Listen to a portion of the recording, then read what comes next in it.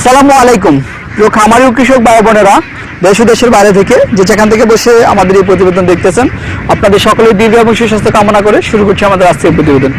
দর্শক বন্ধুরা, আমি এই মুহূর্তে অবস্থান করছি নেত্রকোনা জেলার মদন উপজেলার কুটুরিকোনা গ্রামে। এই গ্রামেরই একজন তরুণ উদ্যোক্তা খায়রুল ভাই অনেক দিন যাবৎ হাঁস লালন পালন করে আসতেছেন। আমরা আজকে তার কাছে ছুটে আসলাম হাঁস লালন পালন করে তিনি কতটা লাভবান রয়েছেন, আর হাঁসকে তিনি কিভাবে লালন পালন করতেছেন, খাদ্য হিসাবে কি দিতেছেন, সেই সম্পর্কে আমি আপনাদেরকে জানানোর চেষ্টা করব। তাহলে চলেন দর্শক, আমরা খায়রুল ভাইয়ের সাথে কথা বলে তার হাঁস লালন পালন সম্পর্কে এবং খাবার দাবার সম্পর্কে বিস্তারিত জানি। বিস্তারিত জানানোর জন্য পুরো সময় জুড়ে থাকবো আমি রিয়াজ আহমেদ তোফাজ্জল। আশা করি আপনারা আমার সাথেই থাকবেন। তাহলে চলেন শুরু করা যাক।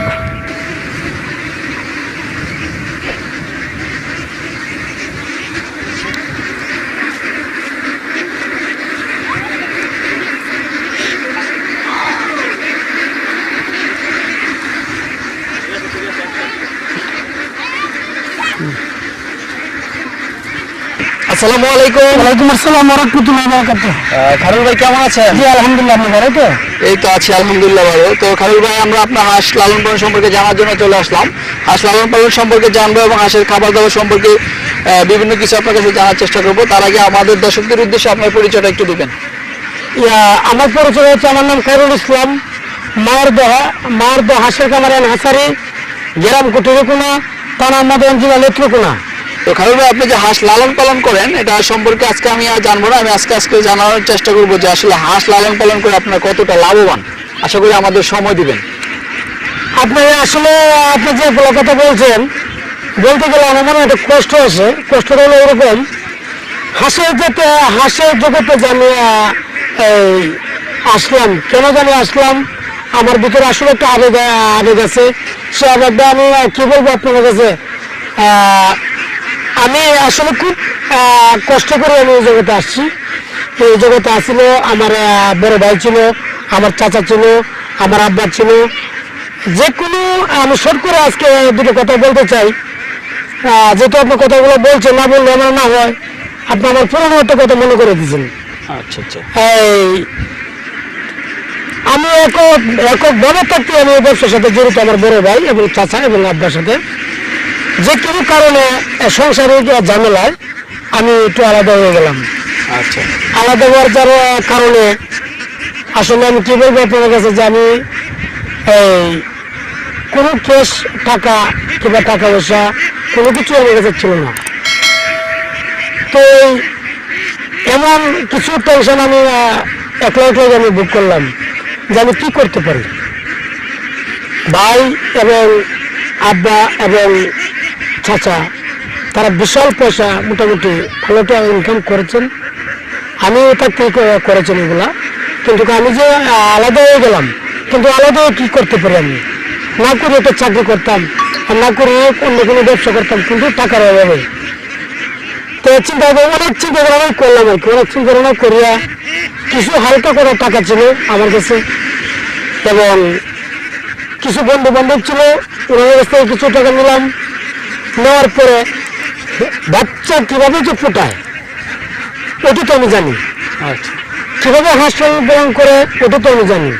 আমি কিন্তু এই ব্যাপারে সম্পূর্ণই আমার জানা, ইনশাল্লাহ।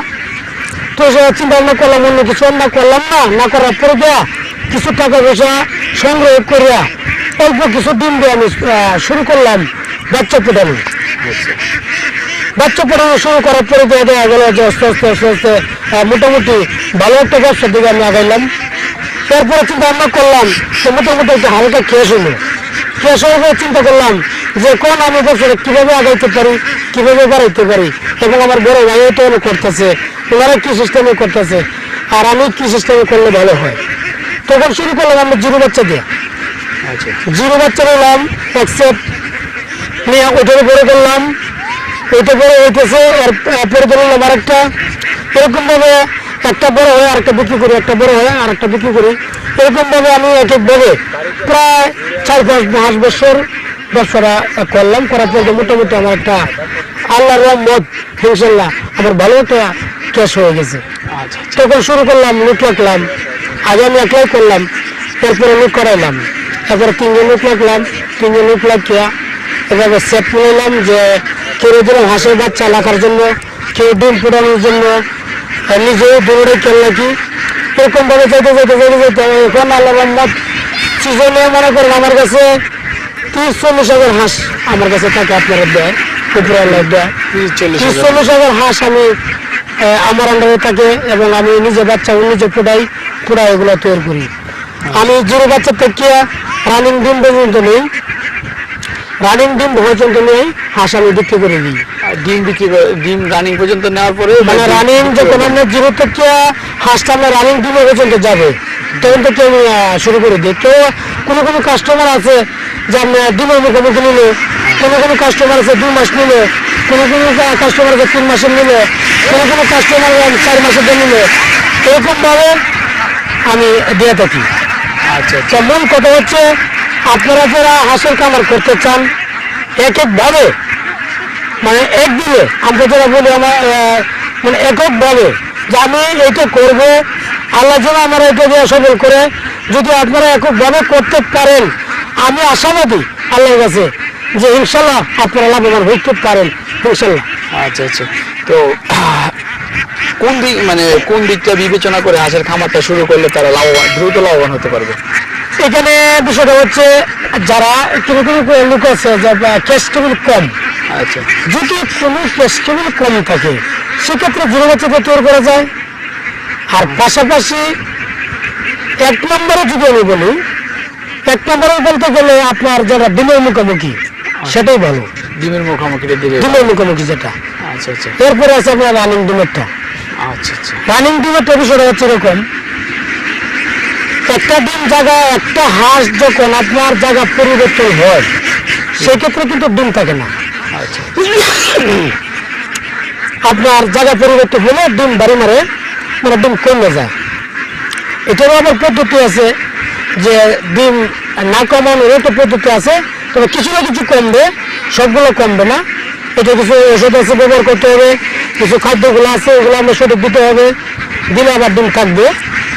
আর যেমন আমরা বলি যে ডিমের মুখোমুখি ভালো, ওইটা যে কিরকম ভালো আমি বলি, ডিমের মুখোমুখি যে ব্যক্তি হাঁসটা নেবেন মনে করেন 20 দিন পরে ডিম আসবেন, আবার যদি রানিং ডিমেরটাও নেন তো ডিম কমে গিয়ে আবার 15 দিন 20 দিন পরে ডিম আসবেন।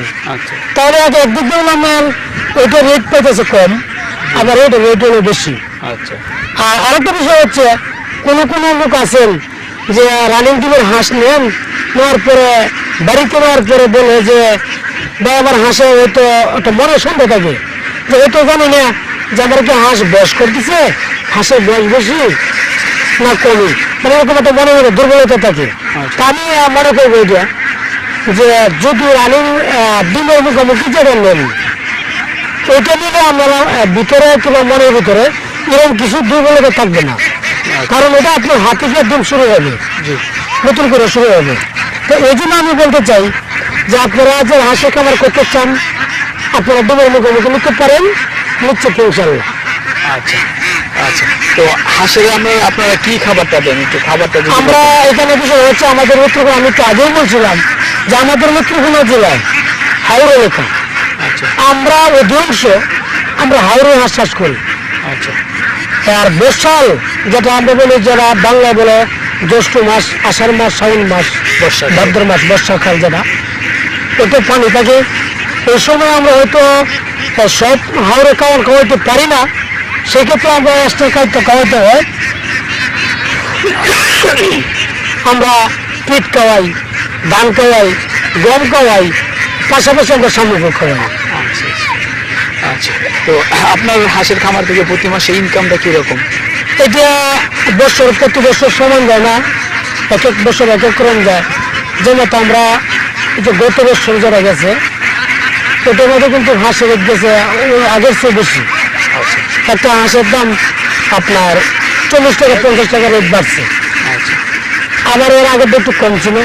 সবসময় সমান যায় না, তো সব মিলে আল্লাহর রহমত আপনারা দেয় কোনো মাসে 60,000, 70,000, 80,000, কোনো মাসে 1 লাখ টাকা থাকে এই আর কি। এরপরে তো মুখ আছে ভাই, দেখেন একটু খাটাইতে হয়, বিভিন্ন খরচ আছে, হাঁসের খরচ, তো বিভিন্ন ধান গম সবকিছু তো মুখের উপরে চলে।